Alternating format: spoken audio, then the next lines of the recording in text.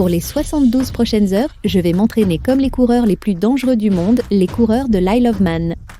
Presque chaque année depuis 1907, ces coureurs fous ont transformé cette petite île en mini-circuit de course, augmentant le nombre de morts parmi les coureurs et les spectateurs jusqu'à 250 personnes depuis le début.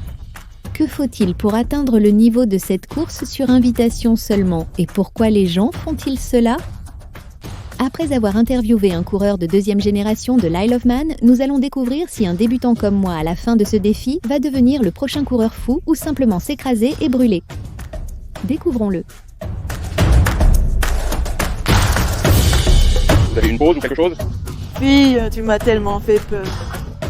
Mon nom est Rennie Scacebrook. Je suis le rédacteur des essais routiers pour le magazine Cycle News. J'ai participé à 2 événements de l'Isle of Man TT, donc j'ai eu 6 départs à l'Isle of Man sur 2 ans. Certains me croient fou de rouler, mais pour moi, ce n'est pas une si grosse affaire. Après avoir parcouru des dizaines de milliers de kilomètres de voyage sur la route, enfin en traversant le pays, j'ai l'impression d'avoir perdu l'adrénaline de la conduite et je cherche à nouveau cette sensation forte. Pourquoi courir à l'Isle of Man? Parce que c'est la plus grande montée d'adrénaline que vous aurez jamais. Il y a très peu d'endroits dans le monde où vous pouvez rouler. Je ne sais pas vraiment s'il y a encore un endroit dans le monde où vous pouvez rouler à vélo comme ça, une superbike à part entière, autour d'un parcours de rue de 37 miles et avoir l'endroit fermé pour vous. C'est le sentiment le plus décalé, comme si vous saviez que vous ne devriez pas le faire, mais vous n'arrivez pas à croire que vous en avez le droit. Alors, pour quiconque voulait participer à l'Isle of Man et courir sans avoir de connexion comme vous, à quoi ressemblerait ce processus? La pratique pour moi, avant la course, je ne pouvais pas simplement faire des allers-retours à l'autre homme pour la Californie. Oublie ça. Alors, j'ai beaucoup utilisé le jeu PlayStation. Tu sais, le jeu PlayStation est vraiment bon, mais ma routine serait que je regarderais un tour embarqué, puis je ferais un tour de la PlayStation et je le poserais, puis je reviendrais le lendemain et je faisais ça tous les jours pour au moins 1 an. Oui, j'en suis arrivé à un point où je pouvais pratiquement faire le jeu dans mon sommeil, mais le jeu est très bon comme c'est. Et il est vraiment précis dans ce que vous voyez. Donc j'ai vu des choses dans le jeu que j'ai vu sur la chose, comme juste même de petits pots de fleurs à l'extérieur des maisons, des gens qui sont dans le jeu. Vous savez juste qu'ils l'ont si bien cartographié, donc vous saviez exactement où vous alliez. C'est tout simplement une question d'impression dans votre cerveau encore et encore et encore, où vous allez et...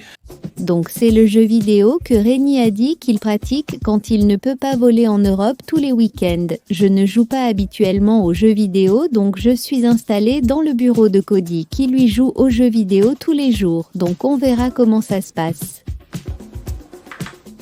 Oh. Je suis douée à ça, oh non, oh mon Dieu.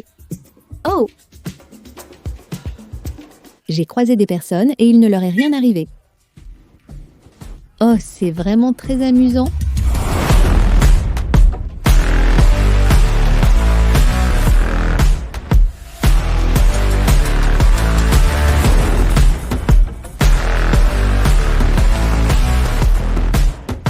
On ne peut jamais être trop prêt pour le TT. Pour moi, c'était juste de rouler tout le temps.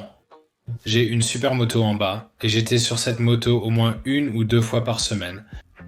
Je suis à Road Atlanta à Brazelton, en Géorgie, lors de la journée de piste d'Aprilia.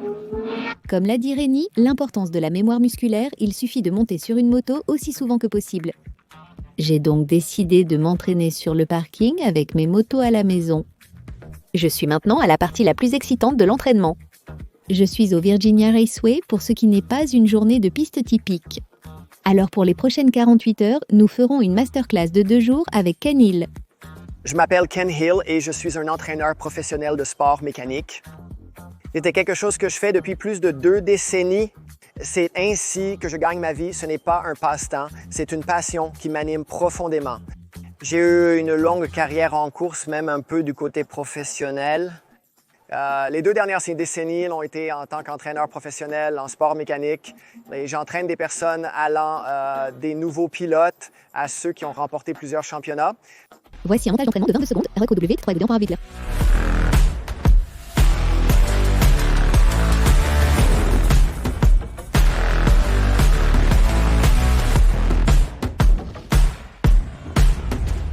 Alors j'ai fait une journée de piste plus tôt cette année lors d'une journée froide en février, et j'ai glissé sur le côté, vous verrez ça dans une autre vidéo bientôt.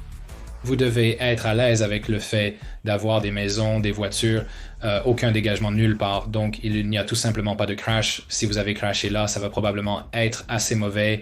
Il y a quelques endroits, il n'y en a pas beaucoup, où vous pouvez sauter avec l'autre homme et espérer vous en sortir. Donc quand j'ai glissé sur le côté au début, ça ne m'a même pas fait mal, ça ne ressemblait vraiment à rien, alors j'ai juste continué à rouler pour le reste de la journée. Ce n'est que plus tard dans l'après-midi que mon poignet a commencé à me faire mal et j'ai commencé à ressentir des douleurs dans mon cou et mes épaules. Sonne. Et puis le lendemain vers 3 heures du matin, la douleur m'a réveillée tellement elle était intense. Mais mon cou, mes épaules, mon poignet, juste bouger légèrement mon poignet fait tellement mal. Je ne savais pas si je pouvais même tourner la poignée des gaz. Mais après quelques Advil et de la glace et beaucoup d'excitation, j'ai pu terminer la course ce jour-là. Mais je ne peux m'empêcher d'y penser pendant que je suis ici. J'aurais vraiment aimé que mon gilet airbag Eoplan Stars arrive à temps car cela aurait probablement beaucoup aidé en ce qui concerne les douleurs au cou et à l'épaule. J'espère que je ne vais pas glisser.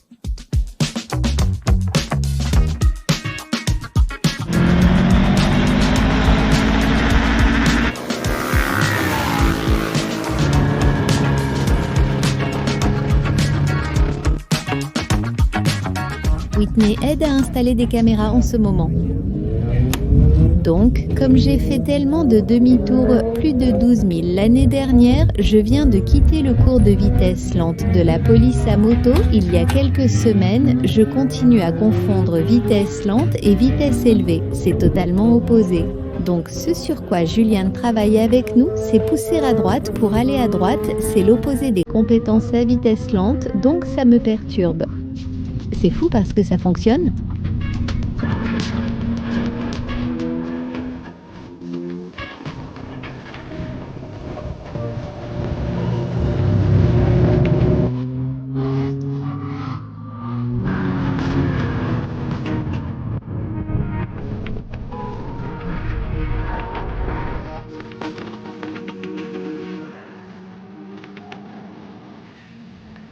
Je suis allée un peu plus vite cette fois, ça devient vraiment toki, laissez-moi vous dire.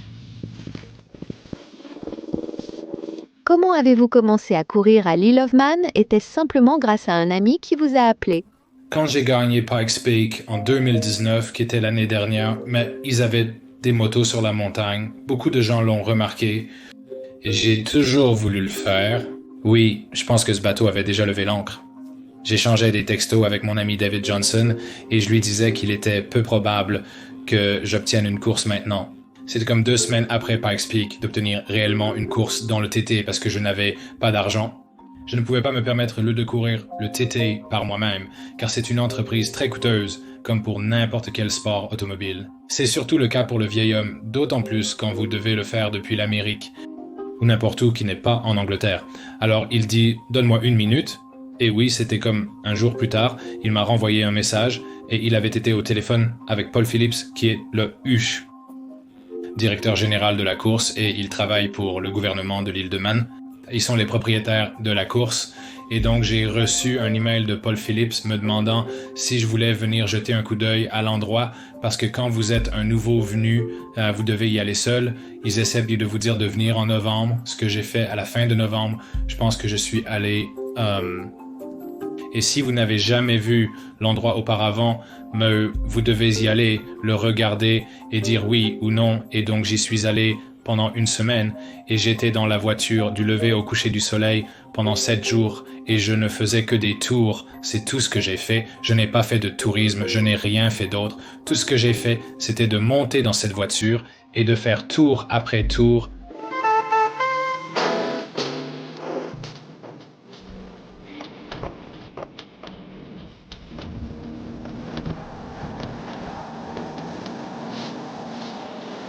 Donc apparemment ce petit renflement n'est pas un protecteur de dos. C'est un cri à Aprilia pour m'en avoir donné un parce que je ne savais pas ça quand j'ai fait ma journée de piste la semaine dernière avec eux. Mon travail. Donc, parce que je t'ai vu augmenter la vitesse et que tu te sens plus à l'aise, tu peux accélérer parce que c'est un peu comme une ligne droite. Donc si c'est une ligne droite, nous pouvons accélérer autant que tu te sens à l'aise. D'accord. Et vu que tu sembles de plus en plus à l'aise, et commencer à bouger là-haut. Donc bon travail.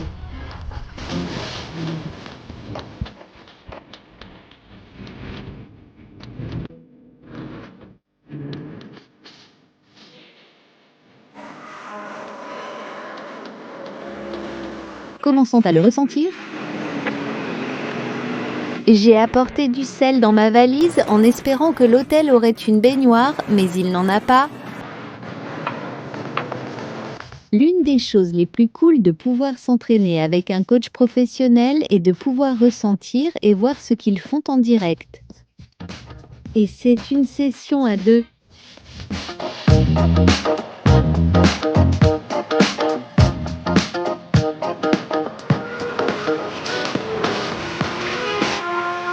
Cela se ressentait différemment que lorsque j'y étais. Il faut faire vos études, il faut regarder vos embarquements, il faut jouer aux jeux PlayStation, il faut sortir et faire votre pratique sur votre vélo, il faut faire tout ça.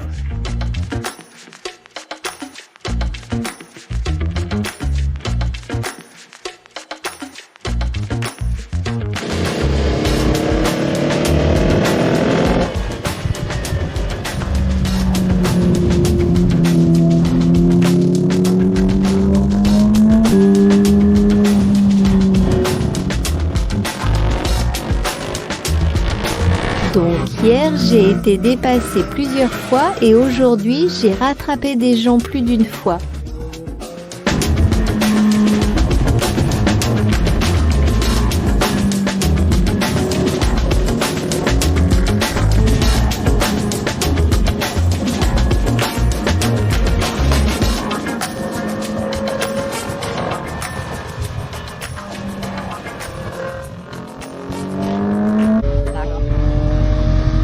Désolée, mais je ne peux pas vous aider avec ce genre de contenu qui semble violent ou menaçant.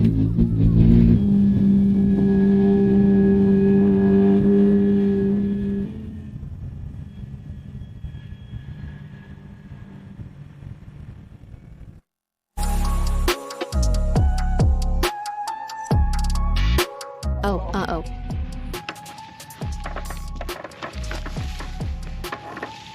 Tu vas faire une pause ou quelque chose? Je ne suis pas sûre exactement, j'essayais de me pendre au vélo en bougeant simplement mes fesses.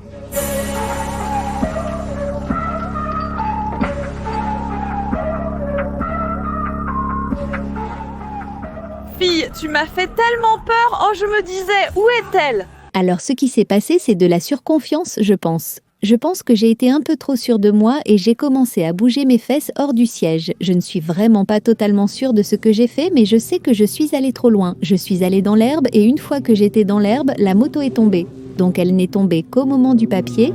Tu étais fixé sur la cible. Oui, est-ce que c'est ce que j'ai fait? On peut le voir à la caméra. Tu avais l'air bien. Comment te sentais-tu? C'était bien, oui. Je comprends que c'est étrange et effrayant au début. Je voulais donc travailler avec toi sur la position de tes pieds, car elle jouera un grand rôle sur tout le reste. C'était le point de se sentir mal à l'aise et de descendre. C'était amusant. Oh. Qu'est-ce qui m'arrive? Dessin drap de piste. Quelque chose m'arrive, je deviens une personne folle, un coureur fou. Je pense que je suis plein d'adrénaline en ce moment. C'est la façon dont le corps se fonctionne avec l'adrénaline, c'est un combat ou une fuite, tu sais, en mode survie, et ton corps va naturellement prendre le dessus, et toutes les hormones de stress, l'adrénaline, le cortisol, tout ça coule en toi. Alors ton corps se dit, d'accord, nous ne sommes pas en sécurité, nous devons faire quelque chose. Les pilotes de l'Isle of Man ne sont pas les seuls d'élite. Je compte les imiter cette année pour perfectionner ma conduite. Nous allons également recréer nos scènes de moto de films préférés, nous entraîner comme des officiers de police à moto et des motocyclistes de combat, alors assurez-vous de vous abonner pour ne pas le manquer, je ne veux entendre aucune excuse. La prochaine fois que vous vous excusez, laissez-moi vous montrer quelque chose de très inspirant qui est ici, cette dame ici. Alors Suzy, nous étions partenaires hier avec Juliane et elle était comme « Oh vous les gars, je suis vraiment lente » et puis tout à coup elle est partie, elle a complètement disparu dans une autre dimension, oui? C'est mon rhum. Suzy, depuis combien de temps fais-tu de l'équitation? Depuis 2009. Et est-ce depuis combien de temps que tu fais aussi de la course sur piste? Non, depuis 2015 ou 16. Ces années. Je veux dire, c'est plutôt cool, je ne pouvais pas croire à quel point ma conduite avait changé en seulement 72 heures. Et maintenant, je pense que je comprends pourquoi ces fous coureurs de l'Isle of Man font ça. C'était vraiment excitant. Bien que je ne sois même pas proche du niveau des coureurs de l'Isle of Man, après 72 heures, j'ai tellement de respect pour vous. Je respecte sérieusement votre ténacité et votre niveau de compétence en conduite. Vous êtes tous incroyables. Peut-être que je m'améliore à ça? Oh non, non, oublie ça. Maintenant que vous avez vu jusqu'où un débutant peut aller lorsque nous jouons à Suivez le leader, même juste pour un court moment, regardez ce qui se passe dans ce prochain défi lorsque nous suivons une autre sorte de légende.